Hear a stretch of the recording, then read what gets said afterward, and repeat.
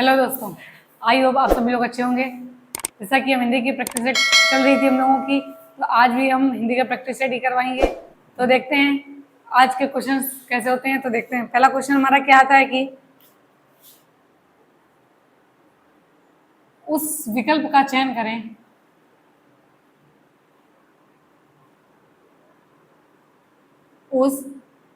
उस विकल्प का चयन करें जो वाक्यांश के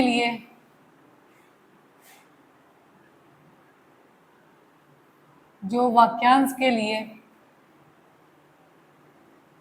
एक शब्द है। जो वाक्यांश के लिए एक शब्द है, उस विकल्प का चयन करें जो वाक्यांश के लिए एक शब्द है। तो वाक्यांश देखते हैं हमारा क्या है कि जो बाह्य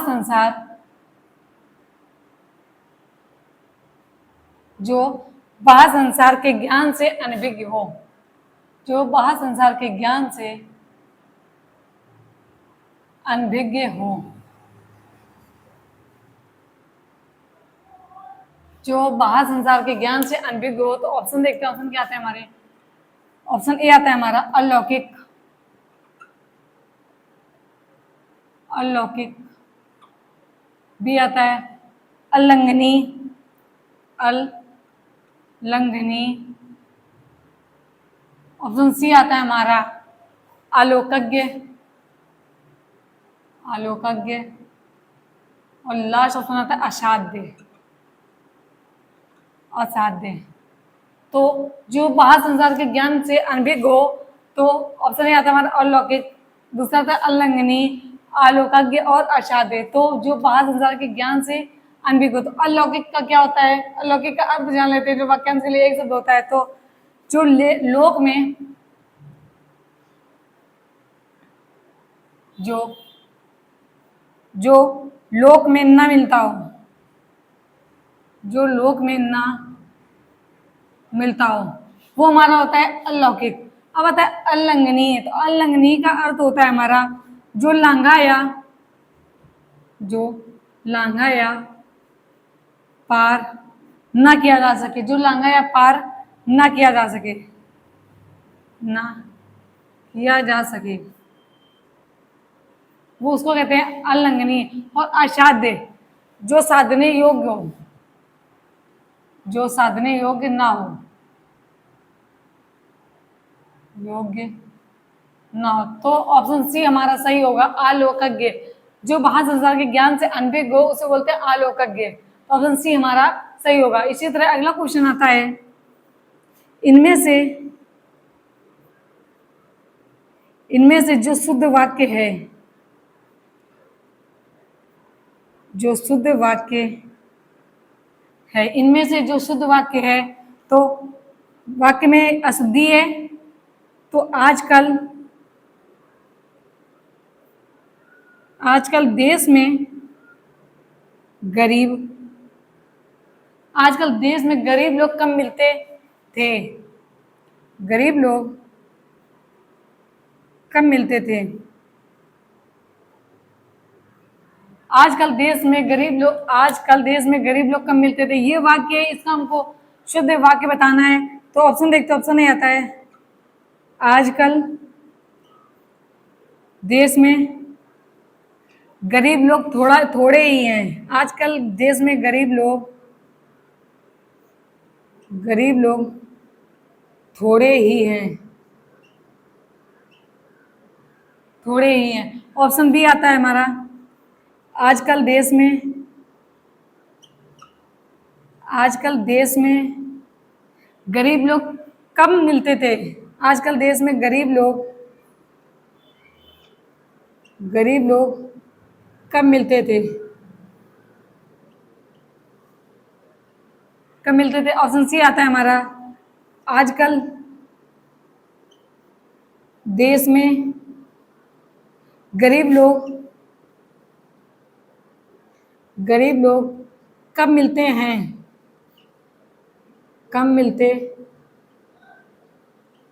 हैं। और लास्ट ऑप्शन आता है हमारा आजकल देश में गरीब लोग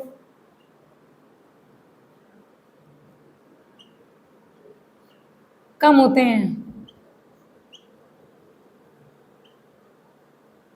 तो इनमें से जो शुद्ध वाक्य है, ये हमारा वाक्य है, आजकल देश में गरीब लोग कम मिलते थे, इसका हमको शुद्ध वाक्य बताना है। तो ऑप्शन ए आता है आजकल देश में गरीब लोग थोड़े ही हैं, थोड़े ही हैं, तो इसका कोई अर्थ नहीं निकला। ऑप्शन बी आता है आजकल देश में गरीब लोग कम ही मिलते थे ना कि हैं, तो गलत हो गया हमारी क्रिया। आजकल देश में गरीब लोग कम मिलते हैं, और लास्ट ऑप्शन था आजकल देश में गरीब लोग कम मिलते होते हैं, तो ऑप्शन सी हमारा सही होगा, आजकल देश में गरीब लोग कम मिलते हैं ना कि थे, तो ऑप्शन सी हमारा सही होगा। इतना नोट डाउन कर लीजिए।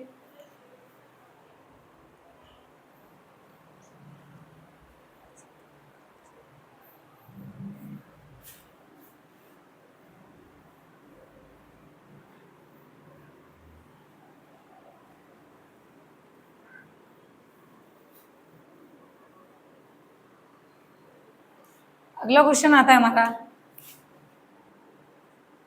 मैं माता जी के लिए चाय बना रही हूं, चाय बना रही हूं। मैं माता जी के लिए चाय बना रही हूं, रेखांकित शब्द में कौन सा कारक है? रेखांकित शब्द में कौन सा कारक है? कौन सा कारक है? तो मैं माता जी के लिए चाय बना रही हूँ, रेखांकित शब्द में कौन सा कारक है? तो ऑप्शन की बात करते हैं, तो ऑप्शन देखते हैं। ऑप्शन आता है कर्ता कारक, ऑप्शन बी आता है कर्म कारक, कर्ता कारक, कर्म कारक, ऑप्शन सी आता है संप्रदान कारक, और लास्ट शब्द आता है करण कारक। तो मैं माता जी के लिए चाय बना रही हूँ, रेखांकित शब्द में कौन सा कारक है? तो रेखांकित शब्द हमारा के लिए में कौन सा कारक प्रयुक्त होता है? तो ऑप्शन सी हमारा सही होगा, संप्रदान कारक प्रयोग किया जाता है। इसी तरह अगला क्वेश्चन आता है कि निम्नलिखित में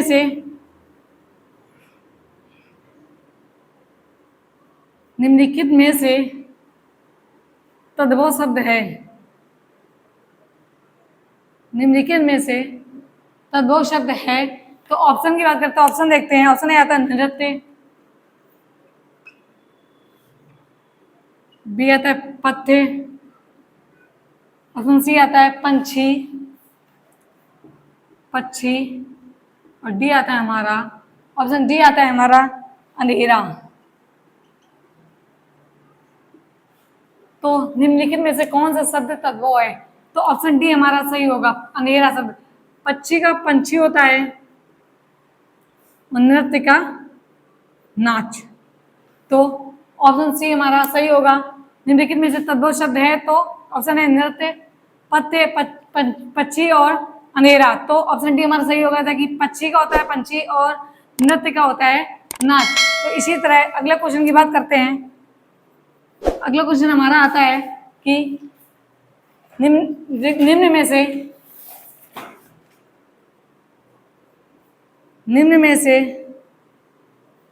दिए गए शब्द का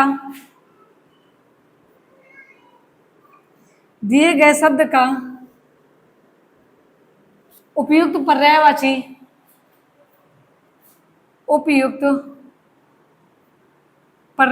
शब्द है, पर्यायवाची शब्द है। तो निम्न में से दिए गए शब्द का उपयुक्त पर्यायवाची शब्द है, तो शब्द क्या है हमारा? शब्द है हमारा आकिंचन, आकिंचन। अगर ऑप्शन की बात करते हो तो ऑप्शन है आता हमारा आलसी,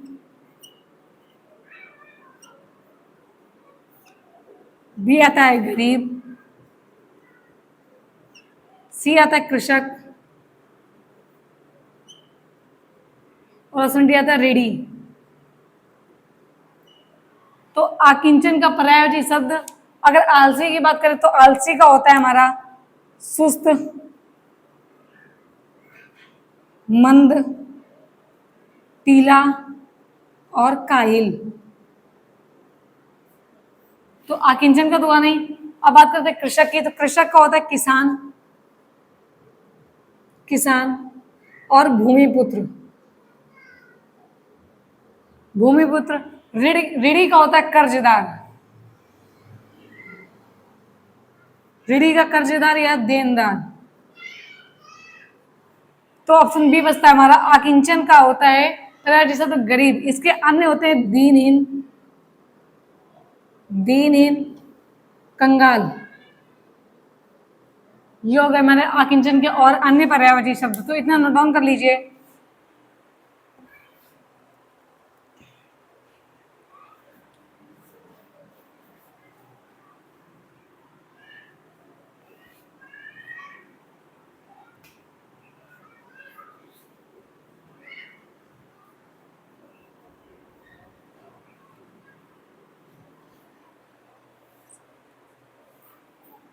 अगला क्वेश्चन आता है विद्याभास,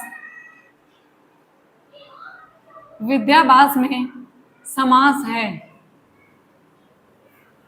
विद्याभास में समास है। अगर ऑप्शन की बात करें तो ऑप्शन ए आता है हमारा, ऑप्शन ए आता है हमारा संबंध तत्पुरुष,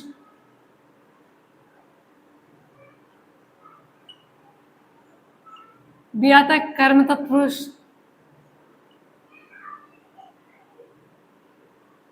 संबंध तत्पुरुष, कर्म तत्पुरुष। अगला आता है हमारा संप्रदान, और लास्ट आता है अपादान, अपादान। तो विद्याभास में समास है, तो विद्याभास को अगर तोड़ेंगे तो आएगा विद्या का आभास, विद्या का आभास, विद्या का आभास। तो ऑप्शन हमारा ए सही होगा, संबंध तत्पुरुष होगा। विद्याभास में समास तो संबंध तत्पुरुष है। अगला क्वेश्चन आता है हमारा कि जो प्रत्यय संज्ञा,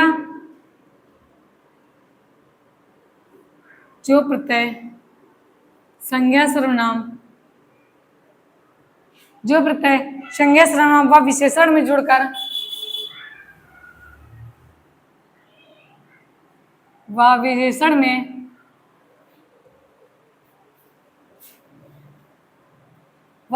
में जुड़कर नया शब्द बनाते हैं, नया शब्द बनाते हैं। जो प्रत्यय संज्ञा सर्वनाम व विशेषण में जुड़कर नया शब्द बनाते हैं वे प्रत्यय हैं, वे प्रत्यय हैं। तो ऑप्शन देखते हैं। ऑप्शन आता है कृत प्रत्यय, कृत प्रत्यय, बी आता है तदित प्रत्यय, ऑप्शन सी आता है ए व बी दोनों, लास्ट ऑप्शन होता है अन्य। तो वे जो प्रत्यय संज्ञा व सर्वनाम, संज्ञा सर्वनाम व विशेषण में जुड़कर नया शब्द बनाते हैं वे हमारे तदित प्रत्यय कहलाते हैं। तो ऑप्शन बी हमारा सही होगा। इसी तरह अगला क्वेश्चन आता है हमारा अल्प, अल्प शब्द का विलोम शब्द है, अल्प शब्द का विलोम शब्द है। तो अल्प शब्द का विलोम शब्द है, तो ऑप्शन है हमारा ए लभ्य, बी आता है अनद, सी आता है अधिक, और डी आता है हमारा अनातय।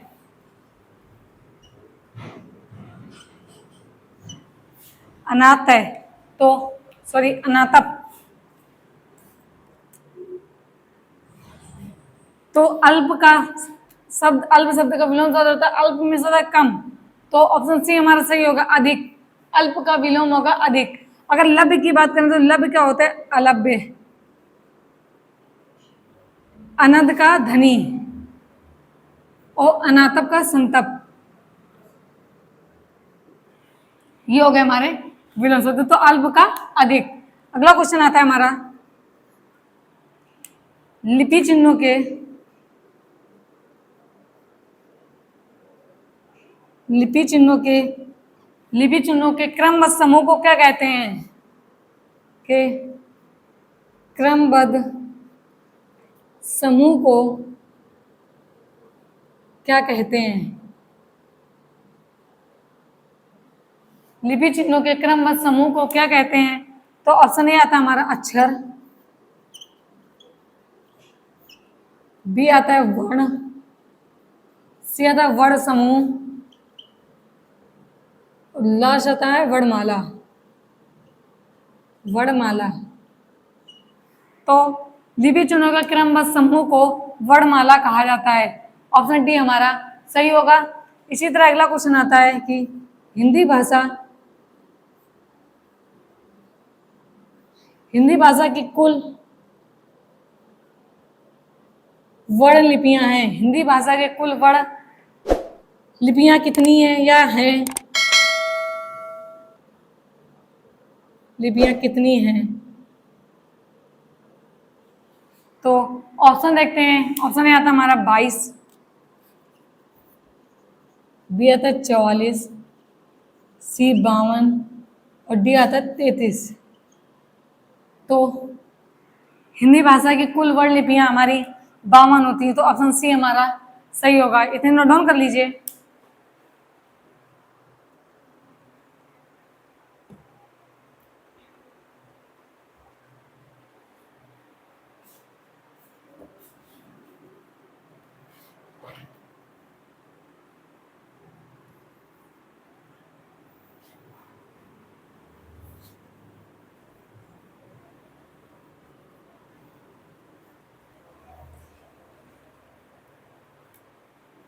अगला क्वेश्चन आता है रामधारी सिंह दिनकर।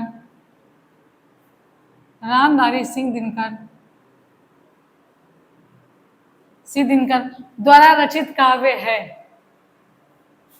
द्वारा रचित काव्य है। रचित काव्य है। तो रामधारी सिंह दिनकर द्वारा रचित काव्य है। तो ऑप्शन में आता है हमारा ए साकेत, बी आता है उर्वशी, सी ऑप्शन हमारा आता है कि युंगाल, ए आता है साकेत, बी उर्वशी, सी आता है युंगाल और लास्ट ऑप्शन हमारा आता है पारिजात। तो रामधारी सिंह दिनकर द्वारा रचित काव्य है। तो रामधारी सिंह दिनकर की रचित काव्य हमारी उर्वशी है, जो 1961 में प्रकाशित हुई थी। जो 1961 में प्रकाशित हुई और इसे ज्ञानपीठ पुरस्कार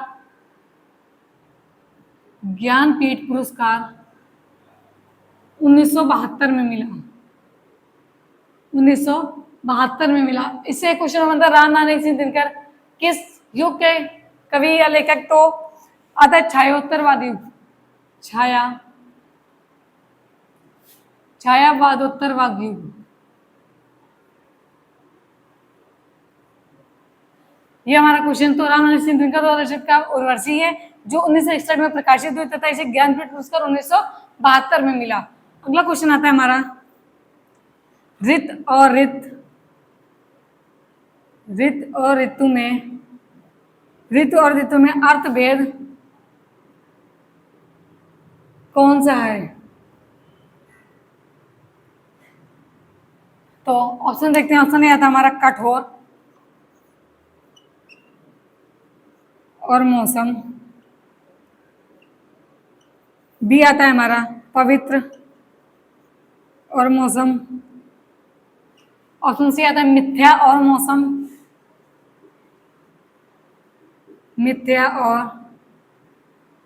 मौसम, लास्ट ऑप्शन सत्य और मौसम। तो ऋत और ऋतु में अंतर, ऋतु तो मौसम होता है, तो ऋत मीन्स होता है हमारा सत्य। तो ऑप्शन डी हमारा सही होगा, सत्य और मौसम। अगला क्वेश्चन आता है ईशान शब्द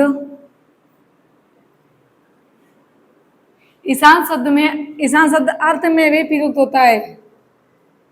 अर्थ में भी प्रयुक्त होता है। ईशान शब्द अर्थ में भी प्रयुक्त होता है, तो ऑप्शन ए आता है हमारा वासना, बी आता है दृष्टि, सी आता है चाह और डी आता है दीप्ति। तो क्वेश्चन था हमारे ईशान शब्द अर्थ में भी प्रयुक्त होता है, तो वासना, दृष्टि, चाह और दीप्ति। तो ऑप्शन डी हमारा सही होगा, दीप्ति। इसका अन्य होता है ईश्वर, ईश्वर और स्वामी। अन्य अर्थ भी होते हैं ईश्वर और स्वामी। तो अगला क्वेश्चन आता है हिंदी भाषा का प्रारंभ। हिंदी भाषा का प्रारंभ, हिंदी भाषा का प्रारंभ कब से माना जाता है? हिंदी भाषा का प्रारंभ कब से माना जाता है? कब से माना जाता है? तो हिंदी भाषा का प्रारंभ कब से माना जाता है? ऑप्शन एक, तो ऑप्शन ए आता हमारा 1000 ईस्वी, 1000 ईस्वी में। बी आता है ईसा की 6वीं शताब्दी, ईसा की 6वीं शताब्दी में। ऑप्शन सी आता है हमारा वैदिक युग, वैदिक युग। और लास्ट ऑप्शन आता है हमारा हड़प्पा काल से, हड़प्पा काल से। तो क्वेश्चन था हमारा हिंदी भाषा का प्रारंभ कब से माना जाता है? ऑप्शन ए 1000 ईस्वी से, ईसा की 6वीं शताब्दी से, या वैदिक युग से, या फिर हड़प्पा काल से। तो हिंदी भाषा का प्रारंभ 1000 ईस्वी से में माना जाता है। तो इन्हें नोट डाउन कर लीजिए।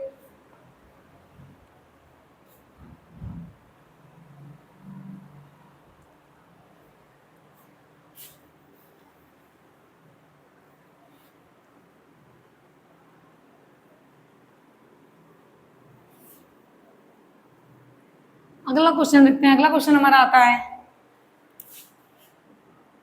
अंगद का पैर होना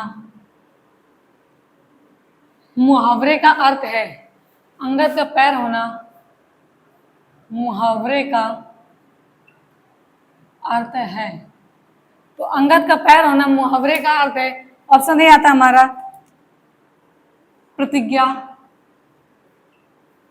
जिससे कभी ना डिगे, जिससे कभी ना डिगे, प्रतिज्ञा जिससे कभी ना डिगे। ऑप्शन बी आता है हमारा मजबूत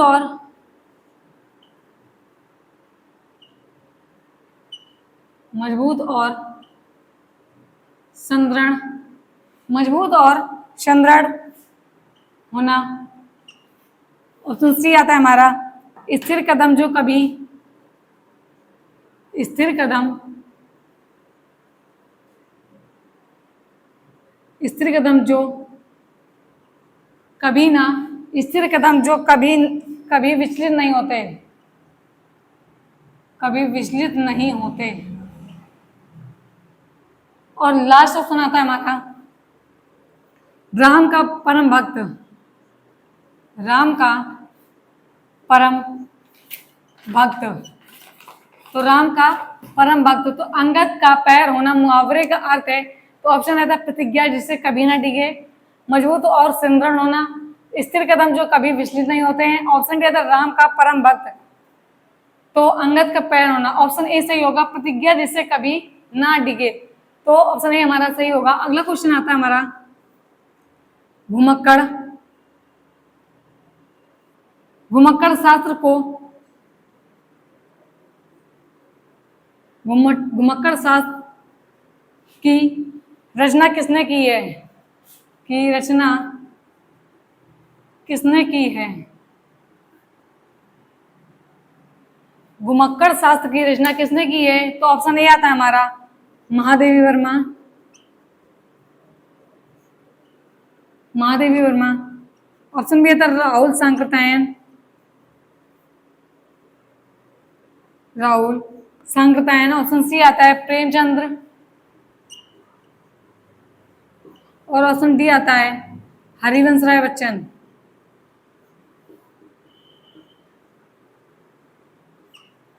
तो घुमक्कड़ शास्त्र की रचना किसने की है? तो हमारा राहुल सांकृत्यायन, ऑप्शन बी हमारा सही होगा। राहुल सांकृत्यायन ने घुमक्कड़ शास्त्र की रचना की है। और अगला क्वेश्चन आता है, नदागम, नद्यागम शब्द का संधि विच्छेद है, शब्द का संधि विच्छेद है। नद्यागम शब्द का संधि विच्छेद है, तो ऑप्शन देखते हैं। ऑप्शन ए आता हमारा नद्य प्लस आगम, बी आता है नदी प्लस आगम, सी आता है नदी प्लस अगम,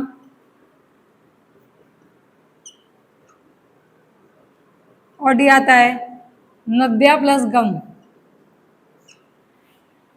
तो नद्यागम शब्द का संधि विच्छेद है, तो नद्यागम शब्द का संधि विच्छेद हमारा ऑप्शन बी हमारा सही होगा, नदी प्लस आगम। और इसमें यड़ संधि है। कौन सी संधि है? अगर संधि पूछेगा नद्यागम में कौन सी संधि है, तो यड़ संधि है। संधि विच्छेद बनेगा तो नदी प्लस आगम से बनेगा। अगला क्वेश्चन आता है, निम्नलिखित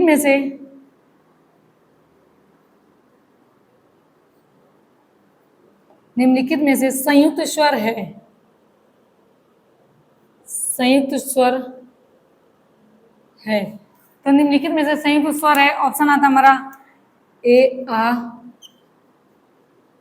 ई, उ और ए।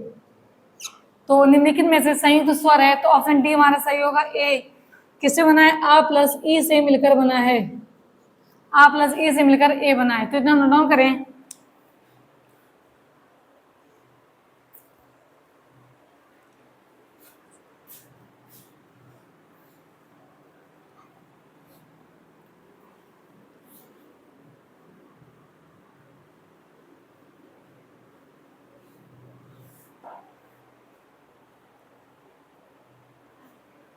अगला क्वेश्चन आता है,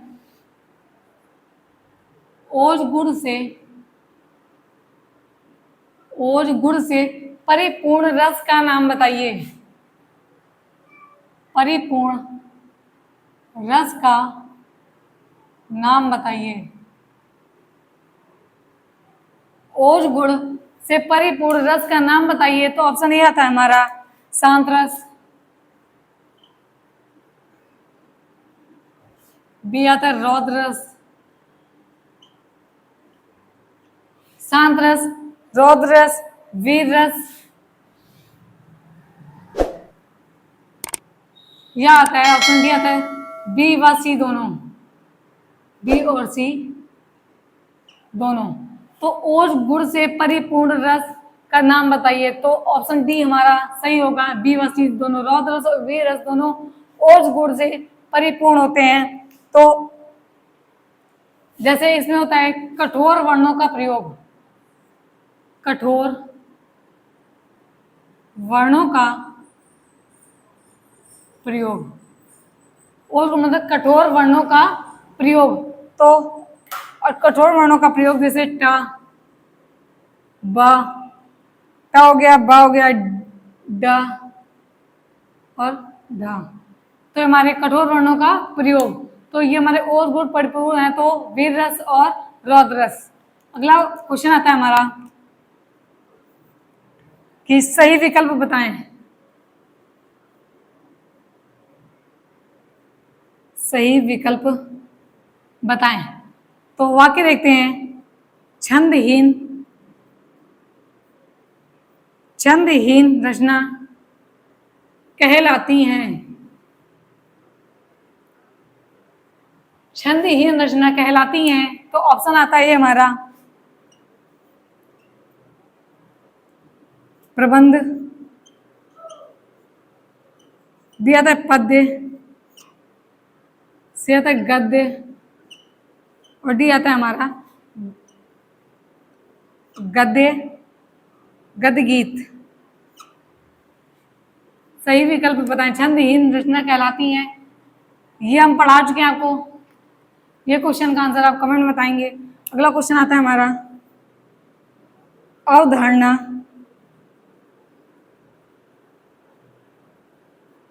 अवधारणा रोधक निपात का चयन कीजिए, निपात का चयन कीजिए। अवधारणा रोधक निपात का चयन कीजिए। तो ऑप्शन देखते, ऑप्शन आता हमारा ठीक, बी आता है करीब,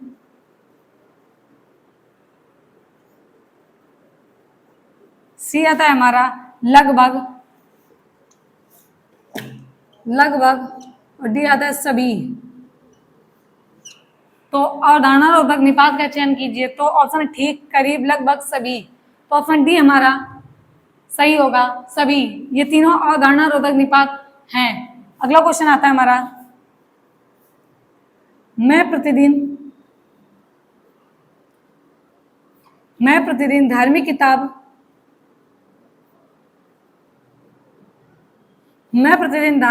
पढ़ता हूं।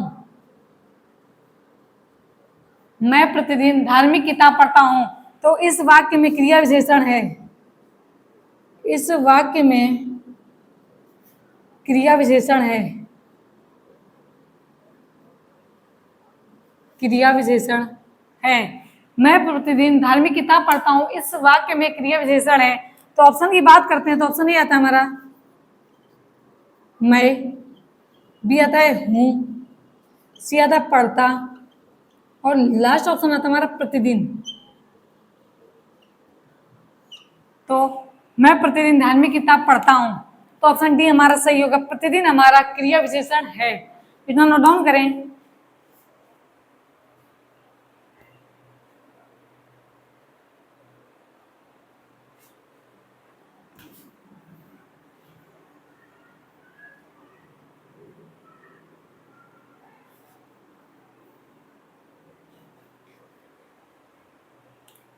अगला क्वेश्चन आता है, दक्षिण का विलोम है। दक्षिण का विलोम है। तो दक्षिण का विलोम बताना है। ऑप्शन आता है हमारा अदक्षता, बी आता है हमारा पूर्व, सी आता है वाम, और डी आता है पश्चिम। तो दक्षिण का विलोम होता है हमारा, दक्षिण का विलोम वाम होता है। ऑप्शन सी हमारा सही होगा, पूरब का। अगर बात करें पूरब की, तो पूरब का आता है पश्चात, और पश्चिम अदक्षता का होता है हमारा मामूली, और पश्चिम का पूरब, पूरब भी होता है हमारा, और प्राची भी होता है। अगला क्वेश्चन आता है हमारा, कंठोष्ठ है। कंठोष्ठ है दीर्घ स्वर वर्ण। कंठोष्ठ है दीर्घ स्वर वर्ण का उदाहरण है।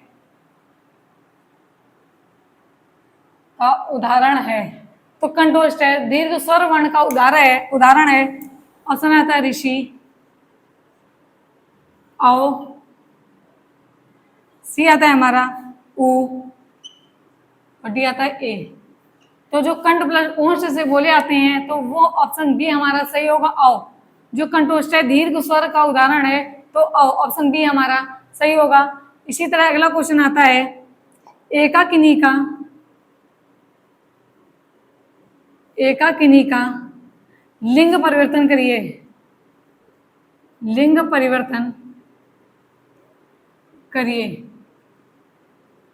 तो एकाकिनी का लिंग परिवर्तन करिए। तो ऑप्शन देखते हैं। ऑप्शन आता है हमारा एक, बी आता है एकाकी, ऑप्शन सी आता है एकाकिन, और डी आता है एकाकिनी। तो एकाकिनी का लिंग परिवर्तन, या लिंग बदले तो लिंग परिवर्तन करें, तो ऑप्शन बी हमारा सही होगा, एकाकिनी का होता है एकाकी। तो अगला क्वेश्चन आता है हमारा, पढ़ने वाला में किस प्रत्यय का प्रयोग हुआ है? किस प्रत्यय का प्रयोग हुआ है? पढ़ने वाला में किस प्रत्यय का प्रयोग हुआ है? ऑप्शन ए आता है हमारा देशज, बी आता है विदेशज, सी आता है हमारा कृदंत, और डी आता है तदित।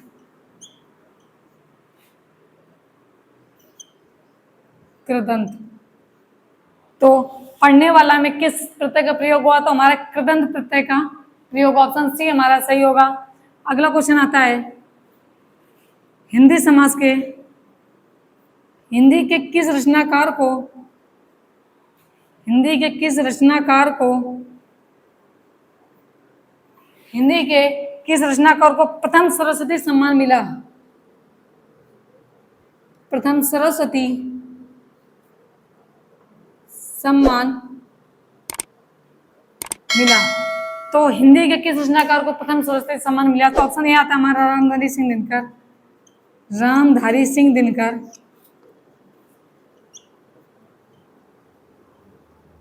बी आता है हमारा महादेवी वर्मा, सी आता है अज्ञे, और लास्ट आता है हरिवंश राय बच्चन, हरिवंश राय बच्चन। तो हिंदी के किस किस रचनाकार को प्रथम सरस्वती सम्मान पुरस्कार मिला था, तो हरिवंश राय बच्चन। ऑप्शन डी हमारा सही हो गया। इनको चार खंडों वाली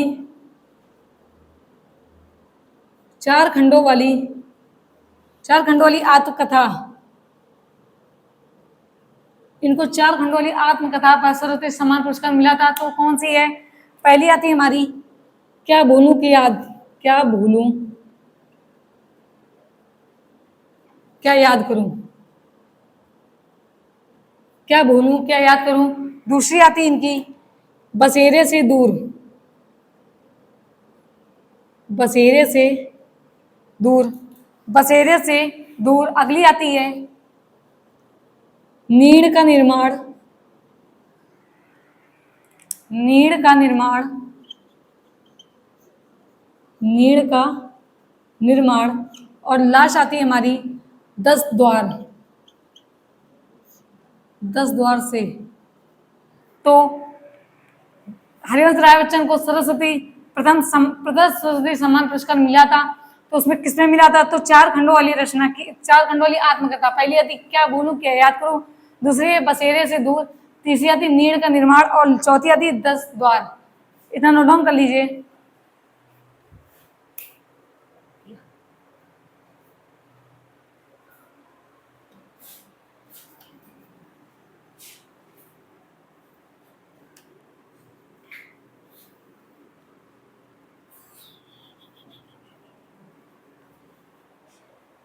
अगला क्वेश्चन आता है हमारा,